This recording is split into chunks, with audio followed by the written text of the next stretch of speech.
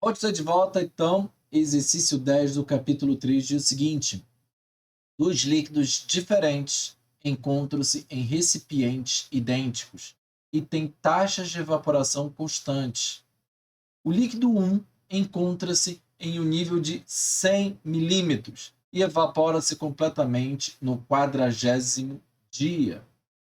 Eu vou botar aqui de outra cor.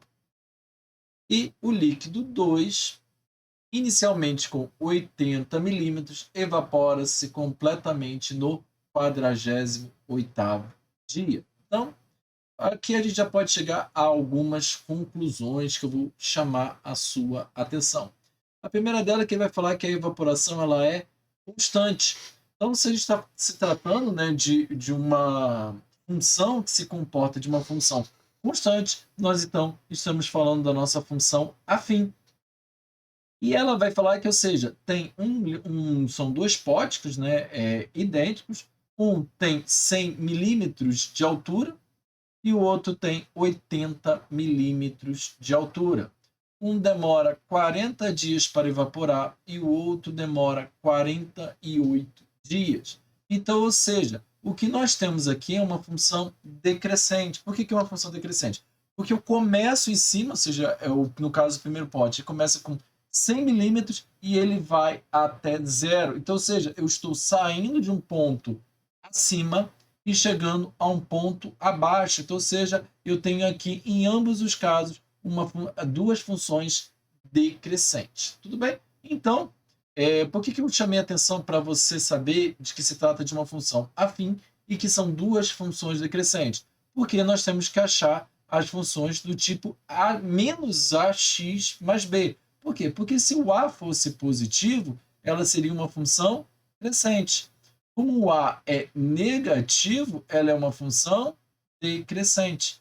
E se o nosso a fosse igual a zero, a nossa função só teria o elemento b, né, que a gente também chama de termo independente, então a nossa função seria constante. Tudo bem? Então, entrando aqui no problema, ele diz o seguinte, letra A, para cada líquido, a lei da função que representa o nível em milímetros atingido pelo recipiente no dia X. Então, ou seja, vamos chamar aqui o nosso primeiro recipiente, ou seja, no dia zero, quando a experiência começa, o nosso líquido está em 100 milímetros de altura e ele zera completamente no 40º dia. Então, ou seja, a minha f de 40 vai ser igual a zero, tudo bem? Então, ou seja, se você reparou, a gente escreve dessa maneira, né? F de x, ax mais b. Então, eu coloquei no lugar de x esses valores. Então, para substituir aqui, então, ou seja, a f de zero significa que é o quê? A vezes zero mais b igual a 100. Repare que a vezes zero é o próprio zero, então eu chego à conclusão que o meu b é igual a 100. No meu segundo caso, eu tenho o quê? Que a minha f de 40, ou seja, 40 vezes a mais b vai ser igual a zero. E eu sei que o meu b vale 100, então eu já vou substituir aqui por 40 mais a mais 100 igual a zero. Então eu tenho que o meu a é igual a menos 100, tudo bem? Que eu passei já o 100 para o outro lado, e passo 40 que está multiplicando, dividindo. Vou já cortar esse zero com esse zero aqui, e de verde eu vou fazer o quê? Vou simplificar o 10 por 4, porque ambos são múltiplos de 2. Então, 2 vezes 5, 10, e 2 vezes 2, 4. Então, eu sei que a minha função do meu primeiro pote é a do tipo f de x menos 5 sobre 2, x mais 100. Tudo bem? Então, vamos para a nossa letra B. Para não confundir, eu vou chamar a nossa letra B aqui de G de X, tá bom? Apenas, eu chamo a atenção para você que é apenas denotação, é apenas a maneira como a gente escreve. O importante é você estar entendendo o que significa cada coisa, tá bom? Qualquer dúvida, pode deixar aqui nos comentários. Então, ou seja, a nossa G de zero, ou seja, quando a experiência do nosso pote 2 inicia, ele tem 80 milímetros de altura. Aqui 80.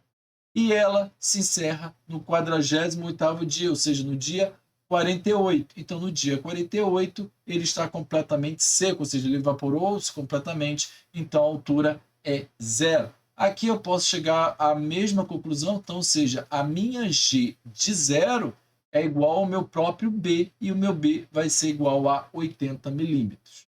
Então, vou botar aqui, 80.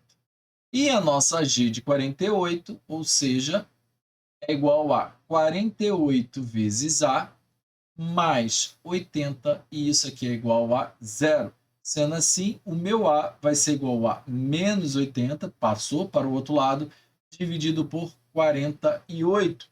E aqui eu começo simplificações sucessivas, porque ambos são divisíveis por 2, ou seja, a metade de 80 é 40, não esquecemos do sinal negativo, e a metade de 48 é 24. Posso simplificar novamente por 2, eu chego à conclusão que se trata de menos 20 dividido por menos 12, posso por 2 novamente, vai ficar menos 10 dividido por 6, posso simplificar por 2 novamente, e aí eu com certeza já vou ter um número primo, então, ou seja, menos 5 dividido por 3. E chego à conclusão, então, que a minha g de x é menos 5 terços de x mais 80. Bem, então, tá aqui as nossas duas funções, tá? Lembrando que você também podia ter usado o gama de x sem problema nenhum, só que ambas ficariam gamas de x, então eu preferi usar a f e a g de x, que é o nosso usual, mas não interrompe a nossa resposta, tudo bem? Então, letra B diz o seguinte: determine antes da evaporação completa de ambos, ao final de qual dia os líquidos terão o mesmo nível em milímetros nesses mesmos recipientes. Então, ou seja, se você reparou, o recipiente número 1, ele começa com 100 e ele chega a 0 antes do recipiente 2, que começou com 80. Então, ou seja, o recipiente 2 começou embaixo, né, do recipiente 1 e evaporou completamente depois do recipiente 1. Então, um foi em 40 dias e o outro foi em 48 dias. Então, se você reparou, se esse aqui chegou de 100 a 0 em 40 e esse de 80 a 0 em 48 dias, então houve um momento em que ambos os recipientes tiveram a mesma altura em milímetros. É isso que ele afirma aqui. Então, ou seja, o que é a conclusão que eu posso chegar? Que a minha f de x teve um valor que foi igual à minha g de x. Ou seja, o que isso quer dizer? Se eu colocar um valor de x aqui, que é o mesmo dia para ambos, e resolver essa equação, eu vou achar o mesmo resultado nessa, substituindo pelo mesmo x. Então, ou seja, o resultado, que é a minha f de x, é igual à minha g de x. Então, ou seja, o que eu simplesmente vou fazer, vou igualar as funções. Então, ou seja, menos 5 sobre 2 x mais 100 vai ser igual a menos 5 sobre 3 mais 80. Vou fazer o seguinte, ó, fazer aqui bem devagarzinho. O 80 eu vou passar para cá subtraindo, porque ele tem um sinal positivo. E o menos 5 sobre 2 eu vou passar para esse lado de cá, somando, porque ele tem um sinal negativo. Tudo bem? Então, eu vou ficar com 100 menos 80 é igual a menos 5 terços. Opa, não podemos esquecer o nosso x aqui. 5 terços de x mais 5 sobre 2, esses ambos aqui multiplicando sobre x, tá bom? Eu já botei já em evidência o nosso x já direto, apenas para você perceber que a gente vai fazer a nossa soma de fração. 100 menos 80 dá 20, bem? Então, ou seja, eu tenho que menos 5 terços mais 5 sobre 2. E eu te chamo atenção, nós temos denominadores diferentes. Então, a primeira regra de fração tem que igualar os meus denominadores. Como meus denominadores são primos, eu simplesmente vou multiplicar um pelo outro, ou seja, 3 vezes 2, 6, tá bom? Ah, Renan, e se os denominadores não forem primos, ou não, se eu não souber que eles são primos? Não tem problema, você pode aplicar da mesma maneira. Só se atentar que no final você tem que tentar simplificar a fração ao máximo, tá bom? Então, ou seja, uma maneira bem simples de você fazer é, eu primeiro multiplico aqui, tá vendo? Ó, já dei o resultado aqui, e aí eu vou pegar esse elemento de cá e vou multiplicar por esse aqui de cima. E esse daqui eu vou multiplicar por esse daqui. Quer ver? Vou fazer aqui, ó, 2 vezes 5, 10. Então, ou seja, na verdade é 2 vezes menos 5, menos 10. E 3 vezes 5 mais 15, já que ele estava somando. Então, tá aqui a minha fração, tá bom? Ficou meio confuso aqui, mas o importante é você estar entendendo.